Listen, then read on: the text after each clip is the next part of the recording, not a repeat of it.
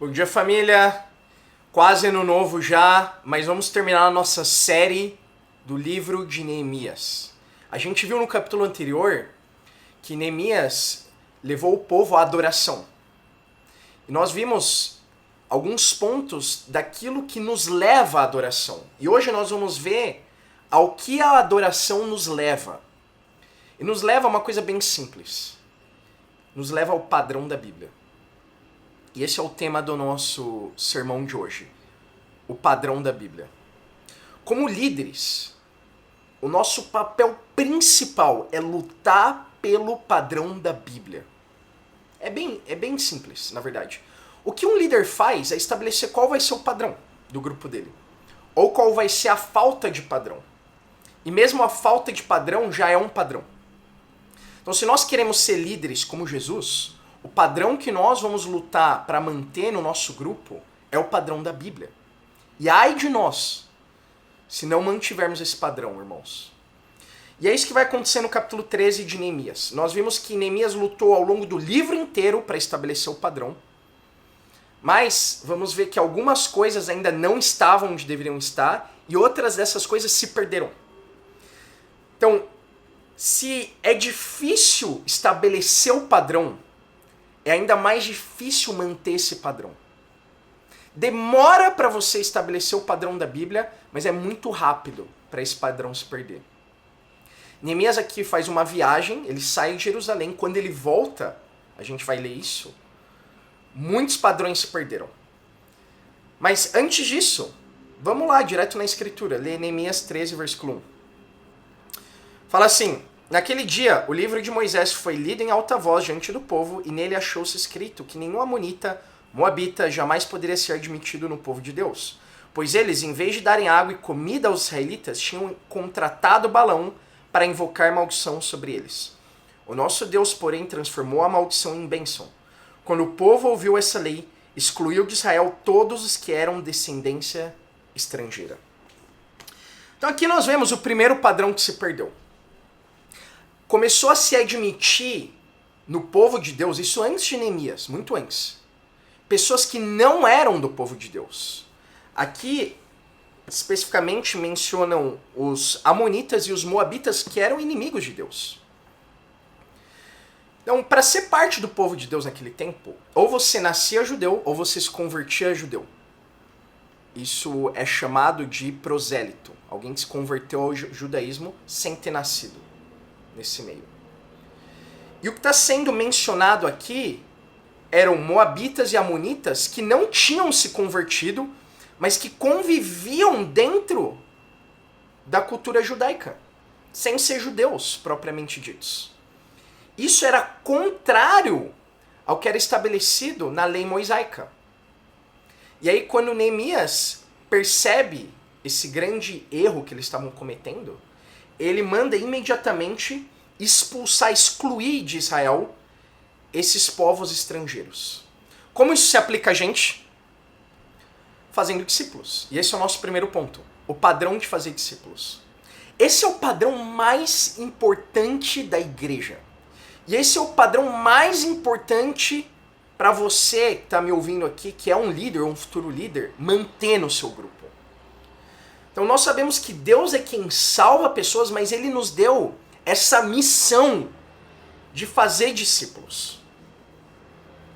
Então a gente sabe que para batizar alguém e essa pessoa ser contada como parte do povo de Deus na igreja, essa pessoa precisa ser um discípulo, né? Isso é bem óbvio, nem vou discutir além disso aqui nesse grupo. Agora, o que sim eu acredito que a gente precisa se atentar mais, irmãos, é a qualidade dos discípulos que nós estamos fazendo. Ou se você preferir, o padrão desses discípulos. Porque, seja por que razão ou por que motivo for, eu acredito que alguns de nós têm permitido o padrão de um discípulo baixar. E aí pode ser porque você quer muito que a pessoa seja salva, ou ainda por motivações erradas mesmo, bem erradas, como você quer que seu grupo cresça, seu bate-papo cresça, ou você tem medo de não ser frutífero porque como discípulos cada um de nós deve ser frutífero. E por aí vão as razões disso acontecer. Mas a grande questão é, quando a gente diminui o padrão da Bíblia para que mais pessoas entrem no reino, a gente corre o grande risco de ninguém mais entrar, inclusive nós mesmos. Porque esse é um padrão que Deus não vai permitir ser baixado. Nenhum dos que a gente vai ver aqui hoje, Deus vai permitir, mas especialmente esse. Nós tivemos um ano incrível, mais de 110 edições, quase 100 batismos na igreja, mas a gente também teve muitas quedas esse ano. E é inevitável ter quedas, porque infelizmente pessoas não têm caráter, muitas vezes pessoas mentem, mas talvez parte da explicação dessas quedas esteja sobre nós e no nosso padrão baixo de fazer um discípulo. Porque o que é um discípulo? É alguém totalmente comprometido. E nada menos que isso. É alguém que fez Jesus Senhor da sua vida, não só falando lá na frente, mas que de fato fez ao longo dos estudos bíblicos. Fez Jesus Senhor da sua vida em termos de oração, em termos de ofertas, a gente vai falar disso hoje, em termos de evangelismo, em termos de renunciar tudo para seguir Jesus Cristo. Isso é ser um discípulo, ponto. E o seu papel número 1 como líder é garantir que cada pessoa com quem você vai estudar a Bíblia, ou cada pessoa que alguém no seu bate-papo vai estudar a Bíblia, vai ser feito um discípulo conforme a Bíblia fala. O padrão de fazer discípulos é o padrão número 1 para a gente manter como igreja. Vamos seguir lendo. Neemias 13, versículo 4. Antes disso, o sacerdote Eliasibe tinha sido encarregado dos depósitos do templo do nosso Deus.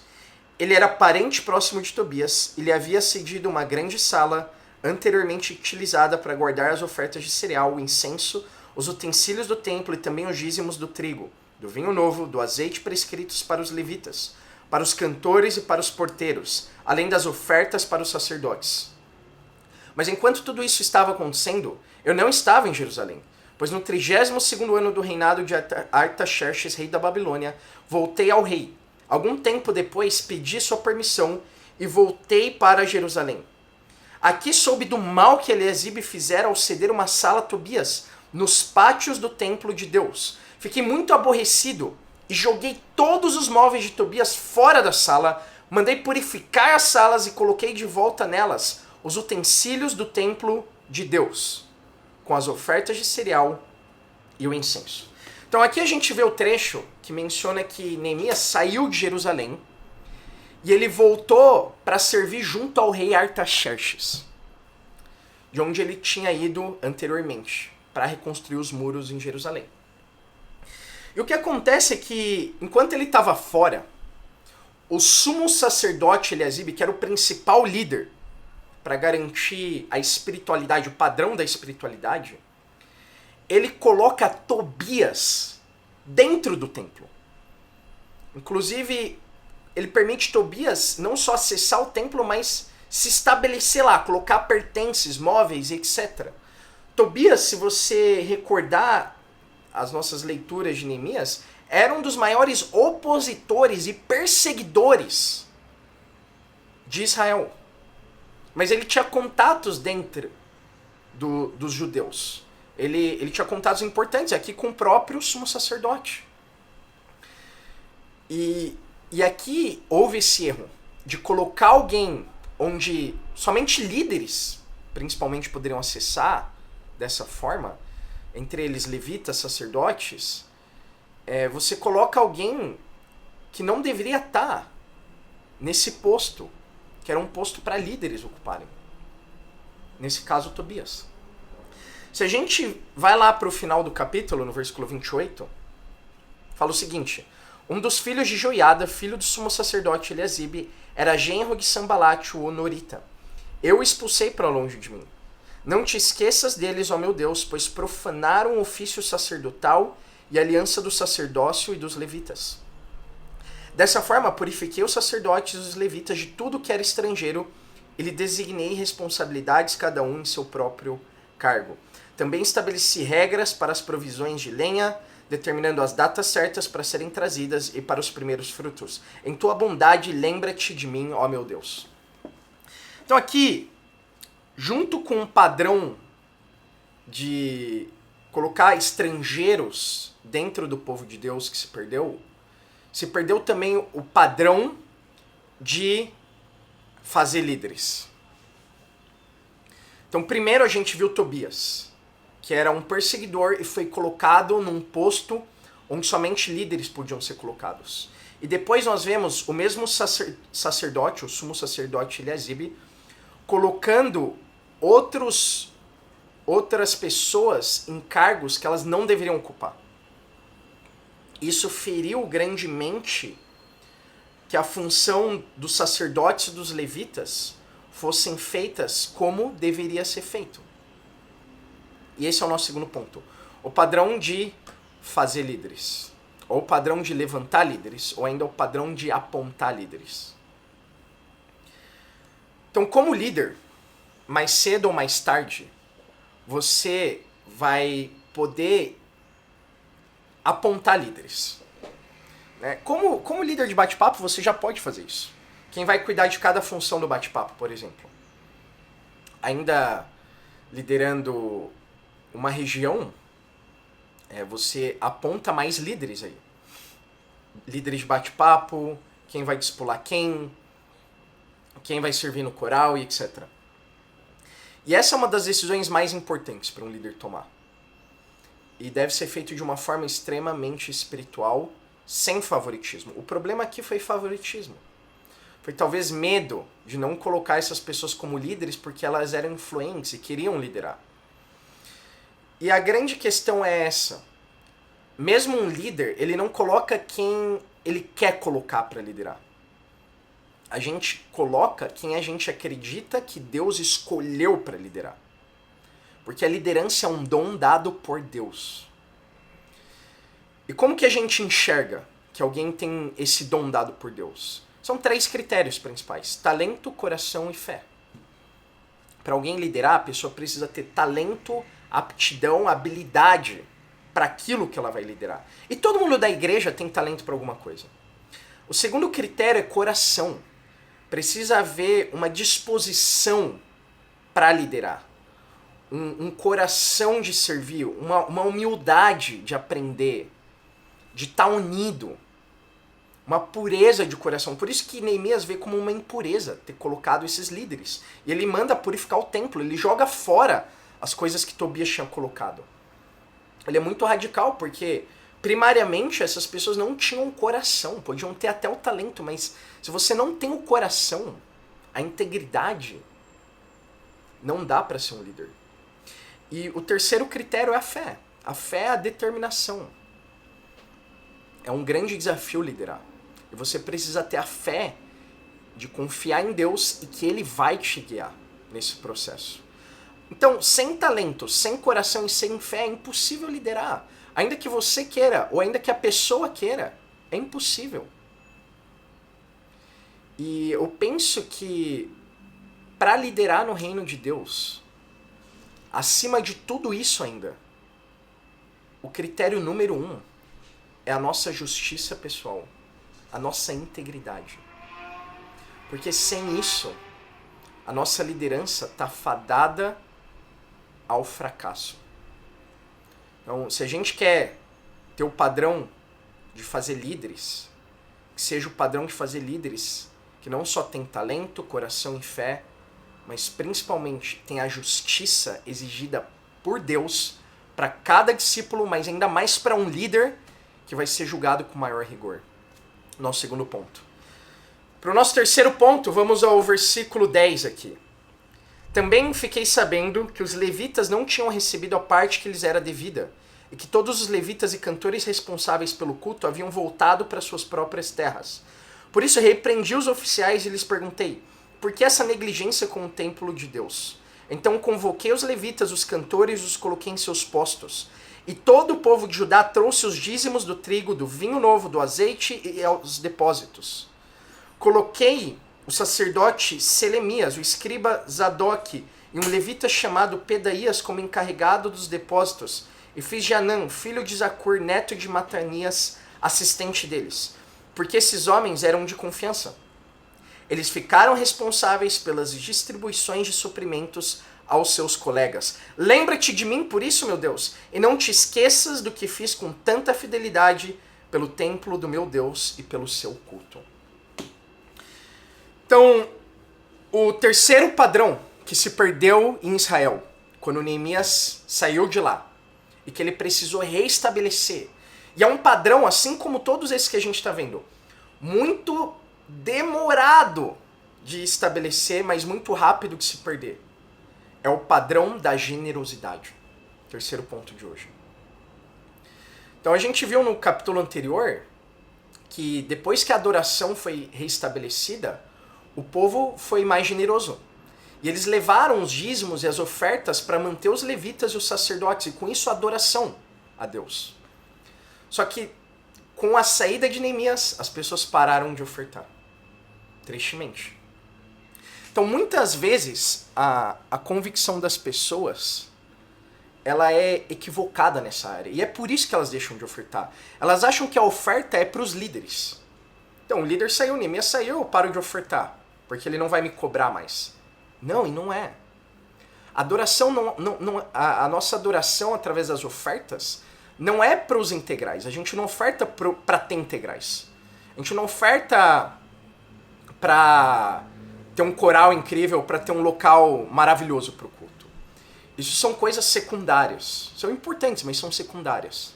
A razão primária da gente ofertar é ofertar com uma convicção de que a generosidade é também uma característica de ser um discípulo. Então, traduzindo, a gente oferta para Deus.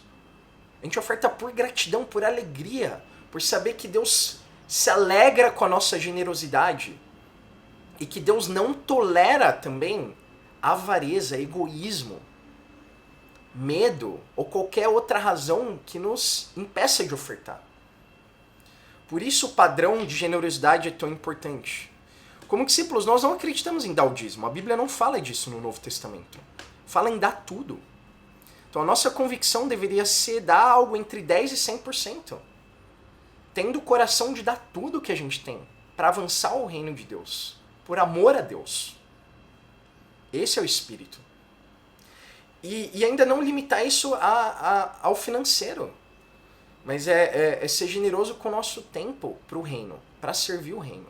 Com a nossa energia. Ser generoso ainda para servir na área de caridade, no Mercy. Nós vamos ter várias ações do Mercy. Isso também é o coração de generosidade que todo discípulo deve ter. E como líderes, irmãos, nós precisamos dar o exemplo. E sermos os primeiros a ofertar, os primeiros a sermos generosos. Porque o nosso padrão, isso não só nessa área, mas em todas as outras áreas. O nosso padrão de vida é o que vai estabelecer o padrão do resto da igreja. Lembra que a palavra convence, mas o exemplo arrasta. Então Neemias, ele é bem duro aqui e bem radical para reestabelecer esse padrão mesmo.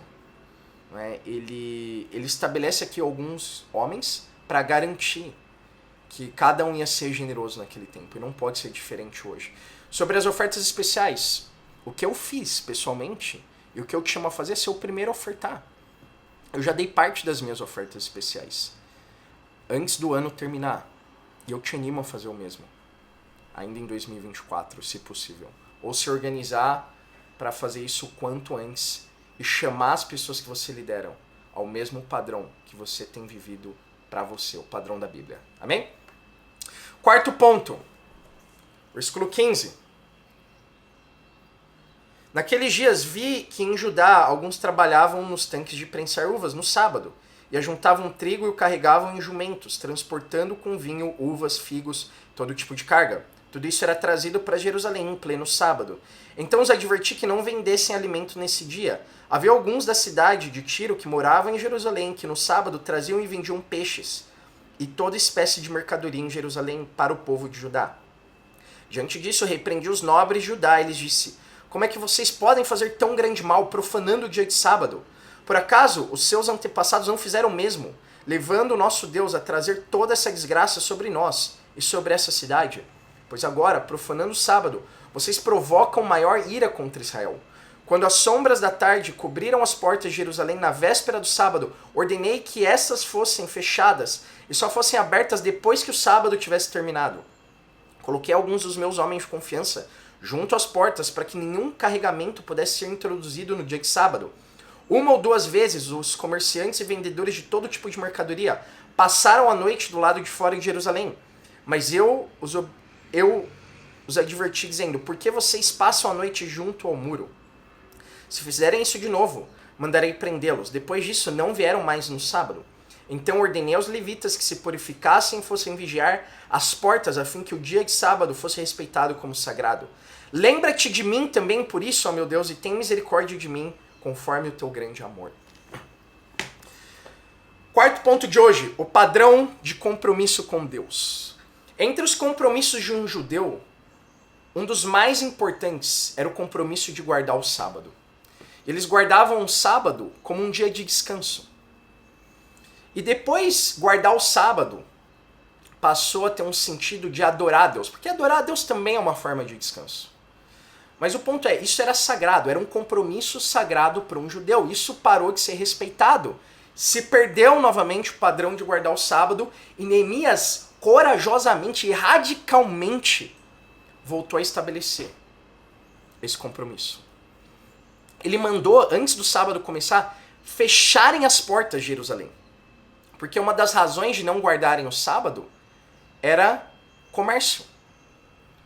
Então, uma das razões principais que faz o padrão da generosidade se perder, que a gente falou agora, e o padrão do compromisso de um discípulo se perder, tem a ver com a ganância.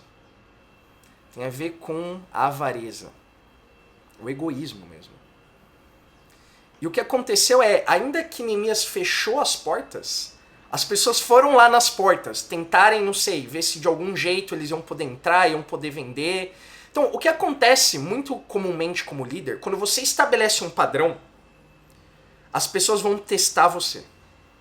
Para ver se você realmente está sendo sério com esse padrão ou não.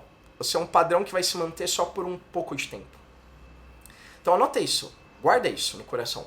As pessoas vão testar você com um padrão que você vai estabelecer, ainda que seja o padrão da Bíblia. As pessoas vão testar. E o que Neemias fez, ele advertiu e mandou todo mundo embora. Ele falou, esse vai ser o padrão e ponto final, ninguém vai vender nada, a gente vai guardar o sábado, é o que a Bíblia diz e é o que eu vou fazer. Valer. Esse é o coração de um líder, irmãos. Então, se a Bíblia nos chama todos, não só eu e você, mas todos, a termos o compromisso total para sermos discípulos de Jesus, então é compromisso total.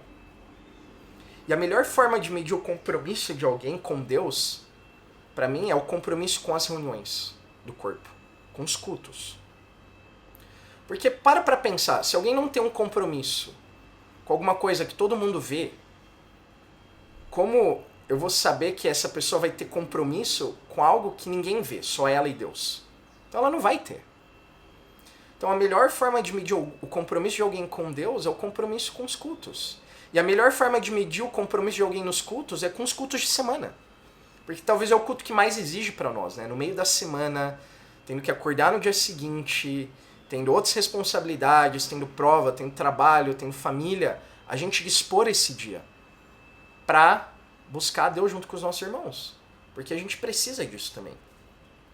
Então, obviamente, como cristão nós não guardamos o sábado, mas talvez a melhor forma de medir para um judeu o compromisso dele com Deus era guardando o sábado. E análogamente, a melhor forma de medir o compromisso de um cristão é tendo compromisso com as reuniões. Sem dúvida, é importante manter esse compromisso, irmãos. Só para deixar claro e reforçar, se alguém falta em 3 cultos, nós não contamos mais essa pessoa como discípulo, como membro da igreja. Se alguém não vem frequentemente nos cultos de semana sem uma justificativa plausível, a gente não conta essa pessoa como discípulo ou como membro da igreja. E esse é um padrão dos mais importantes de ser mantido. O padrão do compromisso com Deus. Agora, para terminar, Neemias 13, 23. Além disso, naqueles dias vi alguns judeus que haviam se casado com mulheres de Asdod, de Amon e de Moabe. A metade dos seus filhos falavam a língua de Asdod ou a língua de um dos outros povos e não sabiam falar a língua de Judá. Eu os repreendi, invoquei maldições sobre eles, bati em alguns deles e arranquei os seus cabelos. Fiz com que jurassem em nome de Deus e lhes disse: não consistam mais em dar suas filhas em casamento aos filhos deles, nem haja casamento das filhas deles com seus filhos ou com vocês. Não foi por causa de casamentos como esses que Salomão, rei de Israel, pecou. Entre as muitas nações não havia um rei como ele. Ele era amado por seu Deus, e Deus o fez rei sobre todo Israel. Mas até mesmo ele foi induzido ao pecado por mulheres estrangeiras. Como podemos tolerar o que ouvimos? Como podem vocês cometer essa terrível maldade e serem fiéis ao nosso Deus, casando-se com mulheres estrangeiras? Nosso quinto e último ponto de hoje é o padrão da pureza.